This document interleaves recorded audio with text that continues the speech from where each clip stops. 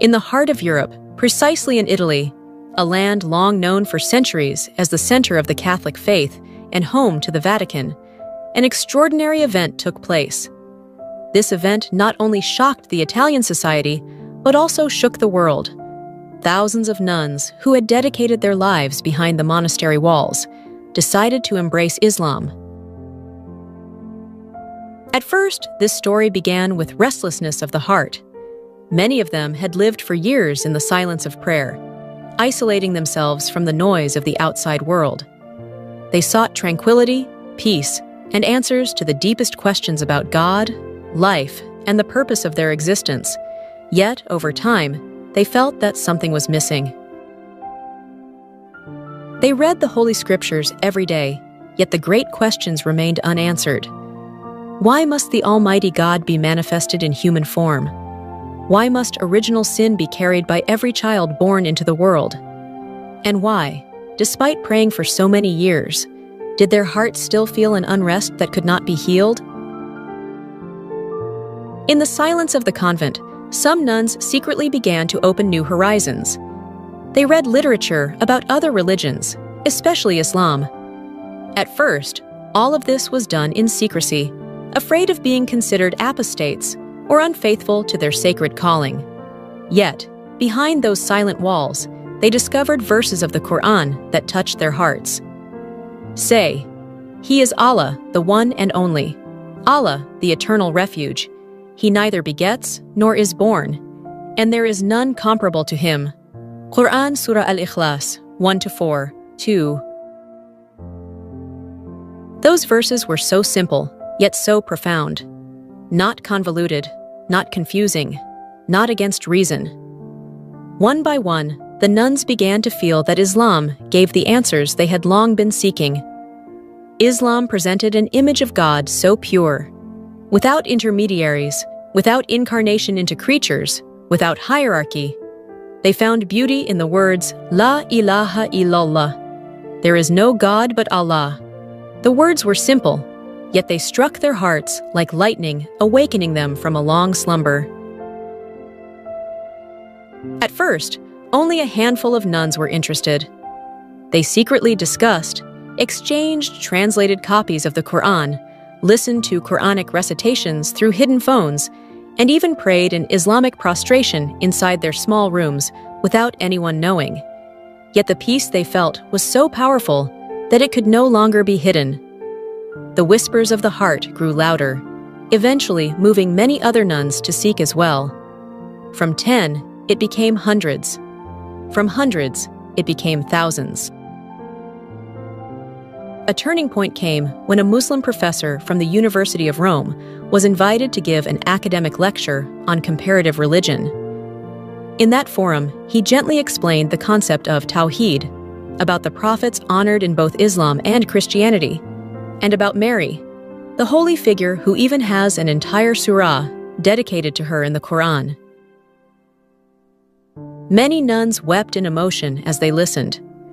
They realized for the first time that Mary, the figure they had revered since childhood, was actually honored more highly in Islam than in their own faith. That night, many nuns cried until late. Tears fell not out of sadness, but out of joy, that God had finally led them to the pure truth. The climax came on a bright morning in a large hall outside Rome, where thousands of nuns gathered.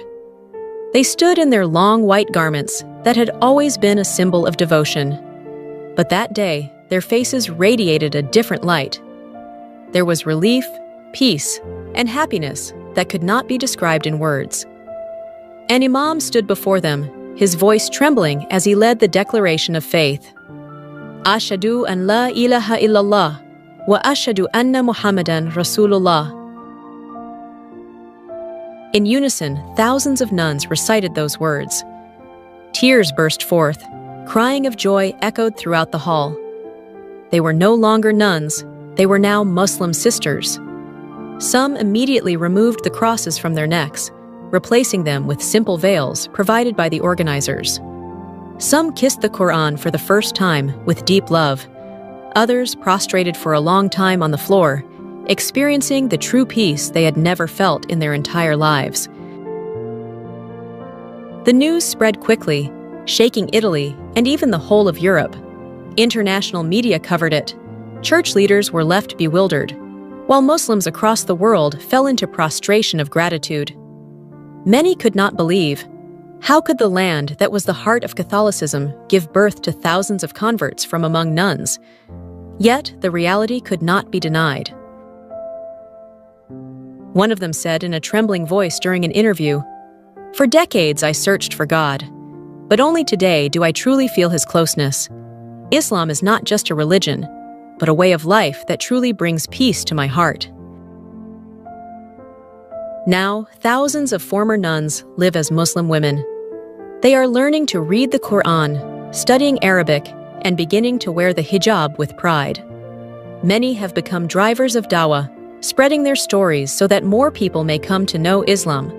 From the silence of the convent, they have now discovered a new world full of light. From empty prayers, they have found sincere prostration. From endless restlessness, they have found true tranquility. And it all began with one noble statement, La ilaha illallah, Muhammadur Rasulullah. The story of thousands of Italian nuns who found guidance is living proof that the light of truth cannot be blocked by walls, traditions, or even centuries of history. Guidance is the absolute right of Allah, and He grants it to whomever He wills. What happened in Italy is not merely a social phenomenon or a historical event, but a sign that Islam will continue to shine even in the most unexpected places. From behind the silent prayers of the nuns, Allah revealed the straight path. From restless hearts, unwavering faith was born. That day, the world witnessed how thousands of souls surrendered themselves completely to Allah. They left behind doubts, abandoned confusion, and attained true happiness. And now, from Italy, the center of the Catholic world, resounds the same words once proclaimed by the Prophet and his companions 14 centuries ago. La ilaha illallah, Muhammadur Rasulullah. Words that unite, that bring peace, and that save. Words that will never fade, even as the ages continue to pass. أشهد أن لا إله إلا الله أشهد أن محمدا رسول الله أشهد أن لا إله إلا الله وأشهد أن محمد رسول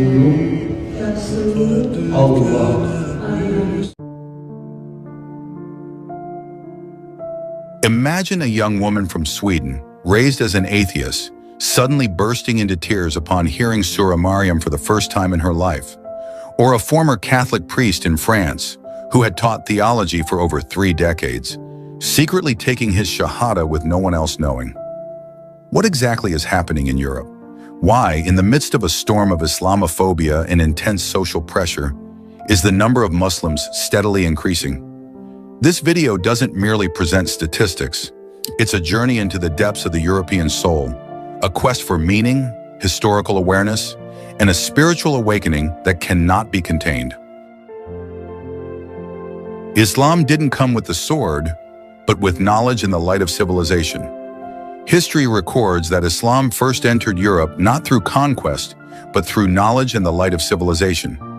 In the 8th century, Muslims conquered Andalusia and established Al-Andalus, a Muslim kingdom that became a beacon of knowledge on a continent shrouded in darkness. From this land came great minds like Ibn Rushd, Ibn Hazm, and Al-Zarawi. At a time when Europe knew nothing of modern hospitals, Muslims had already established health centers, the first universities, and the most advanced sanitation systems. But this golden age was gradually erased. After the Reconquista, the Christian reconquest, Muslims were expelled, slaughtered, or forced to convert. Yet the traces of Islamic civilization remain in southern Spain. Mosques turned into churches, hidden manuscripts, and city names rooted in Arabic. The void of meaning in the modern world. Although Europe is now regarded as an advanced region, many of its people live in a state of spiritual emptiness. Research shows that more than 60% of European youth no longer believe in God. Rates of depression, anxiety, and suicide are soaring. In this void, Islam arrives as an oasis. Islam offers a clear structure of life, profound meaning, and a peace that touches the soul. Tawheed, monotheism, is a radical concept for many Westerners. No Trinity, no Son of God, only one absolute God. Simple, logical, and aligned with the innate human nature. The rise of Islam through digital light. In the past, Islam could only be known through television or print media, often saturated with bias and propaganda. But today, anyone can open YouTube, TikTok, or a podcast and learn directly from the source. Channels such as Digital Mimbar, Ali Dawa, Hamza Tsortsis, and Mufti Menk have become spiritual teachers for millions of non-Muslims in the West. Beyond that, the stories of converts have gone viral and deeply moving. Christian Becker. From glamorous world to the light of Islam. Christian Becker, a former MTV Germany presenter, beautiful, famous, and seemingly having everything, money, fame, a life of freedom, was hiding a deep emptiness in her soul. The entertainment world, filled with parties and alcohol, never truly brought her peace. Until one day, she encountered Islam through Imran Khan. She began reading the Quran, learning how to pray, and eventually embraced Islam. To her, Islam is not restrictive, but liberating. Today, she is a dawah activist, writes books, and is a voice for those seeking meaning in a noisy world. Hamza Andreas Tsortsis. From radical atheist to rational da'i. Hamza, a man of Greek descent, was raised in a secular culture and became a radical liberal activist with strong anti-religious sentiments. He would often debate Muslims, seeking only to attack their beliefs. But the more he read the Quran and delved into Islamic philosophy, the more he discovered a logical and spiritual coherence he had never found before. Eventually, he accepted Islam and is now one of the most influential Muslim speakers in Europe. He founded a scientific dawah organization and inspires thousands of young Muslim intellectuals. Nadia, the call to prayer amidst the party. Nadia, a Polish woman working as a bartender, lived a life filled with parties and shallow pleasures. But one night, while watching YouTube videos, she heard the call to prayer, and her heart instantly trembled. She began searching, and ultimately embraced Islam. Her path was not easy. She was rejected by her family, lost her job, and faced painful loneliness. But the local Muslim community welcomed her. She learned to read the Quran, studied Hadith, and today she teaches Muslim children, respected and loved by her community. Muslim women. From stereotypes to strength. Western media often portrays Muslim women as oppressed, but the reality is that over 60% of converts to Islam in Europe are women. Why? Because Islam protects women. It does not exploit them.